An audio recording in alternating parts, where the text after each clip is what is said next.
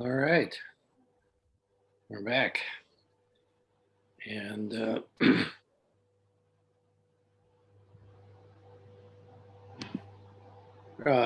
if you're just popping in, as a few people are, just to join us with the teaching is going to be on contemplative practice of writing, contemplative writing, and so we're going to have a option to write after we sit. So if you can gather the materials and just have them at the ready, that would be good. Just any kind of paper will do, and some pen. We're gonna add a period of formal period of writing after our double. Uh, so we're gonna have a little break after our talk, so you can just remind you to get it at that time. Okay, well,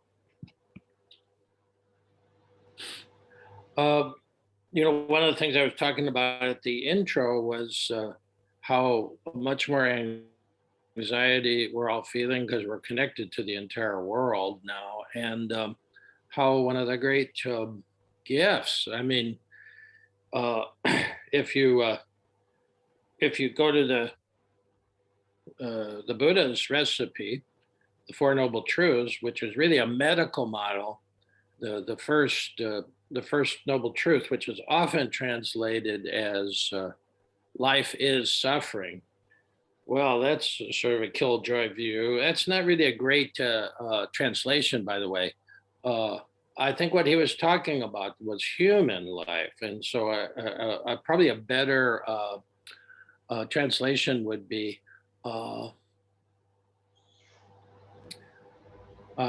humans.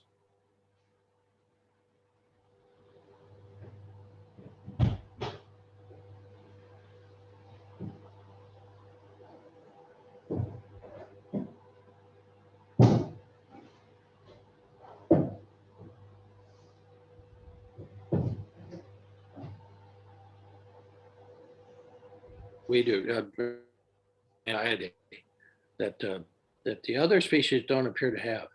And then the next three noble truths were about how to alleviate that. And actually, he said you could actually put it out like blowing out a candle, and that's what nirvana technically meant, was to be blown out. You know, I'll settle for diminishment myself.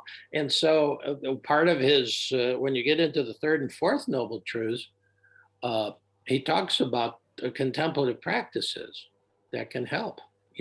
Primarily when Buddhism came into Tibet from India, it was resisted mightily and shut down. And then when it came the second time, the second wave of Buddhism, they came.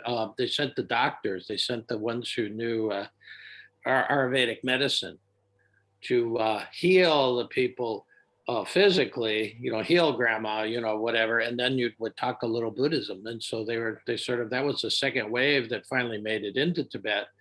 And it was really about this healing, this medical model, which is what the Buddha really is, how to heal the dis-ease of anxiety. And we could do a whole talk about why humans are anxious. One of them I talked about in the op-ed, we get overwhelmed. We have this big world. It's not the big world of the child coming out of the womb now, but it's the big world of being connected to worldwide media, you see. So contemplative practices, you want to have as many as possible in your doctor's bag. And we've been working on contemplative sitting, and we will continue to work on that, because that's one of the basic ways you can deal with what ails you, and also gain a terrific amount of encouragement and power. But my typical day, and this is just my practice over the years has developed, is I start with the sacred reading for some time now. I mean, I'm living this weirdo life, so I can take hours during the morning to do my practice. Sur le clavier, jouer avec la source. Which I do. Some mute there. Let's see if we can get that. Yeah. So if you're unmuted, mute. So I start with second reading today. And then my normal days in the summer, then I do some contemplative walking. It's also another great practice to go out into nature. In the summer, I do that second because it gets too darn hot if I do it later. Then I do contemplative sitting. I do my sitting. And then after that, I write. I do contemplative writing. And there's writing, and then there's contemplative writing. And there's really a couple forms I do. I'm going to introduce you to one. And it's not unique to me. My teacher in this was Thomas Merton, because Merton had this knack of, after he sat in deep contemplation, then he would hit the page. So we're going to talk about that a little bit. But our guiding poem really is from Yeshua, which is the Aramaic word for Jesus. And it's from the Gospel of Thomas, little known by most Christians, but it has this, they're logions. If you had the poem, logion means just a saying number 70 out of 118, I think there are, that Thomas remembered hearing from Jesus. And this saying is the basis of doing contemplative writing. Thomas is reported to have heard Jesus or Yeshua say, "If you bring forth what is within you, what you bring forth will save you. But if you do not bring forth what is within you, what you do not bring forth will destroy you." That's a form of saying that was known in the Middle Ages, still is. If then. If you bring forth what is within you, what you bring forth will save you. Well, right away, Thomas heard, and Jesus, I think, was really, you can even hear it in the other Gospels. He was saying, don't lay all this on me. Don't expect me to, everybody was laying things on Jesus, expecting Jesus to pull all the rabbits out of the hat. And he was always trying to say, no, you got to own this journey yourself. If you bring forth what is within you, and there's a lot of teachings, and Thomas especially, about Jesus trying to keep pointing the finger back to yourself, and that you have everything you need. It's a very different view of Jesus in the other Gospels, especially in the Gospel of John, which is also very much a mystical gospel. But in a way, there's a real discussion between these two Gospels, Thomas and John. But in Thomas, Jesus is saying, you have it. I'll read you another logion here. And he says, furthermore, you have what it takes. And if you don't bring it out, hey, it's like the guy, waiting on the roof as the water rises, waiting for God to bail him out, and there's all, the means are here. See, the means are here. I'll read you another one that I like from Thomas. This book here, by the way, is some good contemplative reading. Beyond Belief by Elaine Pagels.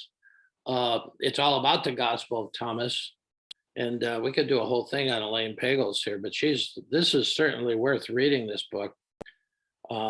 Here's another one of the logions. There is light within a person of light, and it lights up the whole universe. If it does not shine, there's darkness. There's light within a person of light, and it lights up the whole universe. If it does not shine, there's darkness. He's calling us to this job of bringing forth. If you bring forth what is within you, what you bring forth will save you and save all of us. But if you do not bring forth what is within you, what you do not bring forth will destroy you. Well, why?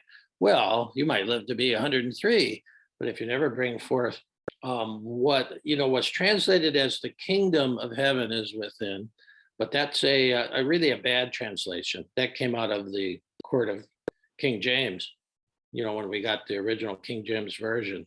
The king was the image of the ultimate power. But the actual word that Yeshua would have used in Aramaic was Malkuta. And Malkuta is a feminine gendered word, and it really means a sense of pregnant power that each of us have in us. So when he says the Malkata is within everybody, he says, we're all pregnant and carrying this power, give birth, comes out of you. Every one of us is empowered, you see. We're all noble. And so but if you don't use it, you basically, when he says, we'll destroy you, well, there's two ways you can take that. One would be the way depth psychology says, you have to bring forth everything that's in you to the surface, into the light. Jung said, who was one of the great depth psychologists, he said, enlightenment is not imagining figures of light. It is bringing the darkness into the light. So there's a lot in us. Some of it's not too pretty, but as long as it remains down there in the darkness, it's running things unbeknownst to us, you see. These are traumas. These are misconceptions that culture or our parents or whatever, I'll never amount to anything. Those kinds of self-negating ideas that we've internalized, that we operate by. So Jesus is talking about bringing it all up into the light. Then you can become a person of light, and you can actually give light to the world, the dark world, really, right now in some places. Yeah. So that's the basic call, is to bring forth. Now, it's interesting because I think possibly, there's some disagreement on this, but most biblical scholars believe Jesus never actually wrote anything, and perhaps he couldn't read or write. We don't know. We know the Buddha could, because he had great education, because he was a prince. But Jesus, chances are he was more like one of these hip hop guys who grows up in very poor area, who has an incredible oral memory and the ability to speak. These rappers, this poetry just comes out in rhyme. And Jesus he was a poet, but chances are he probably never, the only thing he might have ever written was that circle in the dust when he was trying to save the woman from being stoned. But they remembered it orally. It had impact. He was a powerful speaker. He was bringing it forth, probably an oral tradition. And then others wrote it down. That's probably the way it was. But we're going to read a couple of poems here that'll take us into the world of writing a little bit. This one, I think, is sort of key. I wrote it a long time ago. Back in those days, the first thing I did every morning was walk in the dark down the road with my dog. I had a dog, Haiku, who was an English setter, and we'd take a walk in the night. So this is called The Hunt. Orion hangs low in the southern sky, diamond sword dangling like beckoning eyes, just above the tops of the shrouded poplars, as I begin another night walk, another ritual. What is the difference between routine and ritual? What is the difference between routine and ritual? What is the difference between getting a life and hunting one? As if you could just walk right into Taco Bell and ask the girl behind the counter for one life, extra large, minus the grief, please. Near blind and crippled with arthritis, Haiku still walks the dark road with me. An old dog, but still moved by visions of the hunt. I began this poem 30,000 years ago in the caves of Altamira. It will never be finished. I began this poem 30,000 years ago in the caves of Altamira. It will never be finished. Yeah. It's an old poem, but still true, I think, because it points us to something in the human history. We've been on this planet in human form, pretty much as we are, for about 200,000 years.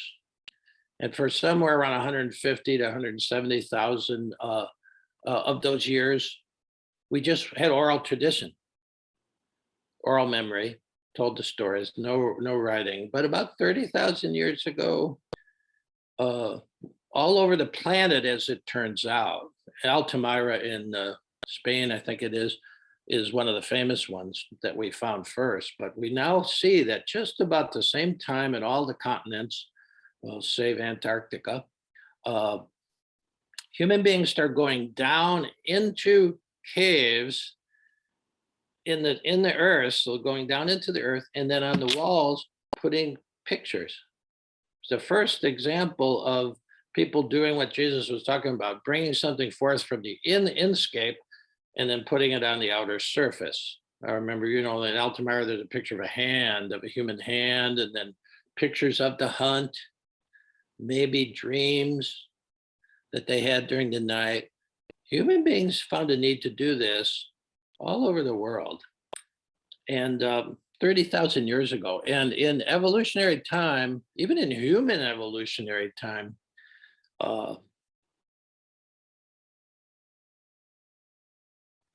that's recent. And then, but what's happened in these last 30,000 years is quite amazing, because we didn't change much for those. We were hunters, we were gatherers, very stable. Oral cultures are very stable cultures. They don't change much, they don't evolve, they're stable. But as soon as we start taking stuff from the inside and putting it on the cave walls, evolution of consciousness speeded up. Then we had actual writing, and first it was in symbols too, and then you get the phonetic writing, and then now hell, we're writing with light. Send an email, boom, goes across the globe in seconds in light. So it has advanced our consciousness a terrific amount. Probably hasn't advanced our emotional stability that much. And because we're evolving in a way so quickly, things are a little out of balance. Our emotions are still probably pretty primitive. So, but this is the key reason you probably want to, use, at least explore using contemplative writing, because it will speed up your development. They had meditators back for hundreds of thousands of years that were called the shamans and the hunters. The hunters were the people who sat real still until the game got within throwing distance. And so we've had that tradition for a long time of just sitting still and watching. It didn't change us much, but once we added taking stuff from the inside and putting it on the outside wall where we could see it, and then we started this feedback loop that was amazing in terms of how it changed culture and how it changed consciousness, which is the name of the game. See, so to have a writing practice, Merton would write, he'd sit for a while, maybe an hour, and then he'd sit down and just write. After that was where all the books came from, that primary writing, you see, after the sit. Ken Wilber, the great Buddhist scholar and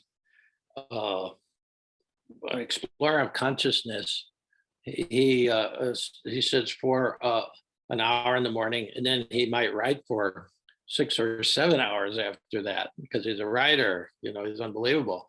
But I mean, it's that motion of going down into the depths. We have this as the image of what happens also in the meditation. Everything settles and things can get real clear, and then you can write from that place where you see things. Our normal consciousness is more like this. It's shook off. This is what the Buddha meant by ignorance. He didn't mean low IQ. He meant you're so stirred up inside that you can't see anything outside or inside. Well, so when we sit, we let everything, the muddy water, clear, and then when you write from that place right after, then you've seen some things. You haven't done anything. You're just stopping doing things, and then things will clear up, and maybe things you weren't even think about. Responses to those come out of the clarity, you see. So that's the first part of meditation, of course, is just to let everything calm down.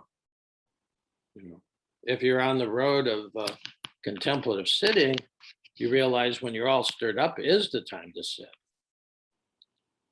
People say, well, when things calm down, I'm going to come to a retreat. I mean, that's exactly the opposite. I'd say, I really, everything's going crazy now. When things calm down, I'll come to retreat. I said, no, that's the opposite. The opposite. In the same way, if you might not come out to Loose Leaf Hollow for a retreat or anything, but at home, you sit down. But then to have the other contemplative tool of then just going to the page. Now, there's a couple different ways I do this. At least a couple different forms of contemplative writing. We're going to introduce you to one today, and maybe we'll explore the other one at a later date. But Merton appeared to write this way, and I had the good fortune of running into Natalie Goldberg's work, and she was a Jewish girl from Long Island who couldn't sit still on her cushion. She just couldn't do it, and she was at the Zen Center in Minnesota, and but then her own writing practice was she would just start writing and write for 10 minutes nonstop and not stop the pen. That's what she called writing practice. But she felt like a failure at sitting meditation, and Mizumi Roshi told her, he said, no, your writing is your meditation. She says, oh no, you can't be meditating while you're writing. He says, yes, you can if you have one rule. She said, well, what's that? He said, just don't stop. Don't stop. Well, think about it for a minute, and anything you write. Why would you stop? Well, to think of the next thing to write about. So you're going right up here again. So when you come out of meditation, you're hopefully you've been in the cave of the heart long enough that you've seen some things that this doesn't see. And so you just start there. Now, Merton appeared to have done this as well. When you look at his rough writings after meditation that they have in the Bellarmine, they have them all archived at Bellarmine. But he went for long, whole page paragraphs. And then maybe if there was a massive kind of shift of theme, like a leap or something, he would put a little cross, and then he'd start another real long thing. He was just writing. He wasn't thinking, he was just pouring it out. And then he would, a couple days later, he'd take a look at it and see what was truth and what was nonsense. And the truth went into his essays, you see. So this is the method of writing nonstop for 10 minutes without stopping. You sort of, sometimes it's no problem because you've got something so deep in the heart that you're ready to speak about it.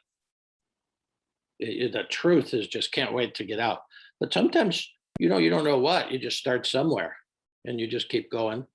And the only reason you'd stop is because the ego stopped you and said, well, you've written enough, you've written all this before. It's really why most people give up journaling, because if you're doing a certain kind of journaling, if it's coming from the left brain, it will always go in a circle. You say, well, always go in a circle. Because that's the shape of the mind. It's an enclosed loop, you see. And so you always start looping. And then after a while you say, oh shit, I've written that. Well, what's the point? And so people give up journaling because they're mostly trapped in writing what you think. Well, what's the purpose of writing what you think? You already think it. So when you do this kind of writing, Merton was always exploring, you see. And so when you keep the pen moving, for me, it's an essential practice, because part of my temperament from the, that I just inherited from the Enneagram, being a 1 on the Enneagram, is I'm a control freak. And so this is the opposite of that. This is the best therapy in the world for control freaks, is to just keep writing for 10 minutes. You have the one rule, just don't stop the pen. You can write garbage, you can write, profundity. It doesn't matter. You keep the pen moving. That's the one rule. Just like in sitting, the one rule is you keep bringing yourself back from, having tea or a 4-course meal with whatever thoughts you're having. You keep dropping back down below the thought level. Well, in this case, the one rule is you keep the pen moving. There always had to be one rule to make it a contemplative practice. Yeah, and so we just keep moving the pen. And there's something somatic about this. When you're moving your arm across the page, something about that. And you can write, 8 minutes of nonsense, and then all of a sudden you run out of nonsense and the truth comes out. That happens all the time to me. Or you can write 10 minutes of total nonsense, the thing goes off, and you don't think you've written anything of any, seemed to be fruitless. But when you come back and read it in a day or two or at the end of the month, you find that there's something in there that you weren't even aware was in there. Everybody experiences that. You got to read your stuff back at some point, but you got to write it first before you read it back. And then there's another thing, because sometimes it is total BS that you write for 10 minutes. Well, what good could that be? Well, I'll tell you, Merton was in the doctor's office one time in Louisville waiting to get in, and normally he would just sit and pray, but he just grabbed a Reader's Digest one time, and if you remember those things, and he looked at and he started reading an article about the Mississippi River and how in New Orleans, 7 days a week, they dredge the Delta. They have these trawlers that come in and dredge out the soil from the Midwest, really, that's come down. They dredge it out every day. And the reason they do that is because if they didn't do that, it would back up eventually and stop the flow of the river. Now, some days, for me, it's just dredging. I don't feel like I've written anything of value, but I have sort of dredged through it. So then I go in and make oatmeal or something, and I'm at the sink, and then I have something breaks through. Well, you don't connect them, but I do now, that this period of just dredging the silt out of the Delta can keep the river flowing, you see. So there's that aspect that's always working, because every day, I write 4 sides in about 10 minutes because I write big on loose leaf and my hand's going. So who knows how many words? It doesn't matter, the mind that measures isn't part of it. But sometimes it just feels like dredging. Well, that's fine, because then later, an hour later, something can come through, you see. But if you don't do this kind of work, the river can back up, you see. And so there's that dredging aspect to it, you see. So that's what I'd just like you to experiment with today. And perhaps, some of you guys have been working with me for a while, you know all this. But the ego usually can convince you that it's not worth it.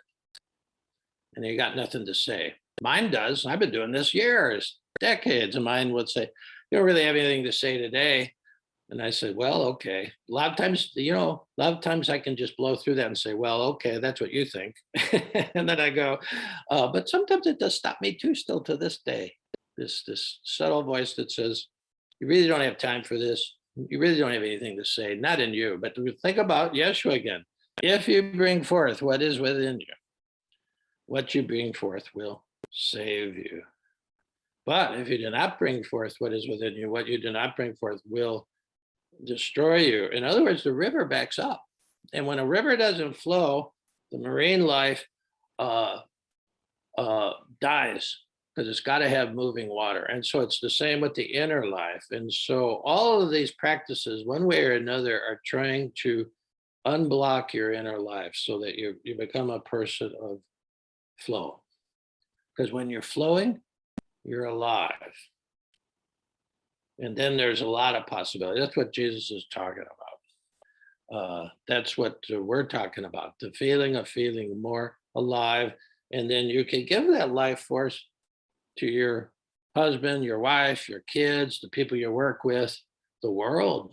That's what he's talking about when he says you've got this light in you. He said, he also says famously, why do you hide it under a bushel basket? These are really great wisdom sayings.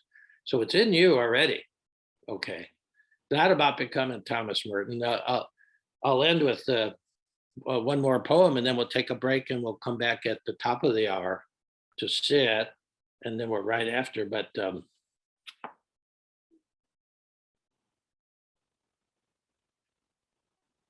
this is an old poem too, but it's still true for me.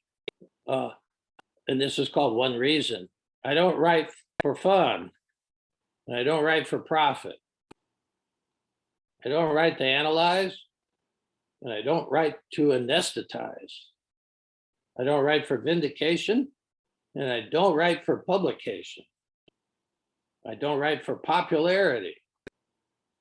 And I don't write for immortality. I write for one reason and for one reason alone: resurrection. And that's really, it's not the one-time thing, this resurrection that happened to Jesus 2,000 some years ago. And that you don't have, you don't have to physically die to be resurrected. When you write for 10 minutes nonstop, your ego self is dying for 10 minutes. It's doing their dying because it's saying, stop. It has only one message when you try to listen for it today as you write. Stop. Stop. Stop in the name of ego. And so it does the dying there because, you're just going. You're just going. If you ever saw the Keanu Reeves film, Sandra Bullock, called Speed, where he's driving this bus and if he stops, it explodes. That's this kind of writing. Once you start, if you stop, it all explodes. Even when you get to these parts where Keanu's driving along and there's a break in the road, if you've seen the movie, he can't stop, so he speeds up, and then he goes boom. Only in movies, of course. But the same thing happens when you do this kind of writing. All of a sudden, you don't have there's nothing to write. All of a sudden, the pen's moving, and then there's no nothing coming from the brain. Keep the pen moving anyway. Then you all of a sudden, that's when you land. You'll be landing in a place where you're writing something you've never known before. So give it a try today if you've never done this. And for some of you guys who have done quite a lot of it with me, well, this is just a sort of a refresher. All right, well, let's take a break and then get your writing materials. And then at the top of the hour, around 10 o'clock, we'll come back. We'll do a couple sits, just sitting meditation. And then when we come out of it, we'll do 10 minutes of writing meditation. Okay. So get yourself ready for that. I'll see you in a bit.